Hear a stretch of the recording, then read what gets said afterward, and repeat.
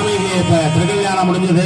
எல்லாரும் எப்படி கல்யாணத்துக்கு போய் மொய் எழுதுவோமோ அதே மாதிரி சுவாமிக்கு பாத காணிக்க எல்லாரும் கொண்டு வந்து சுவாமிக்கு சமர்ப்பணமா நிறைய கையில முடிஞ்சது. கழுத்துல போட்டுருக்கிறதெல்லாம் கூட கைட்டி கொடுக்கலாம். முடிஞ்சதை சுவாமிக்கு செய்யணும். ஒரு நெல்லு போட்டா எப்படி 10 நெல்லு பூமி கொடுப்பாலோ அதே மாதிரி சுவாமிக்கு எவ்வளவு செய்யறோமோ அதை திருப்பி பல 100 மடங்காக நம்மளுக்கு திருப்பி வருமா.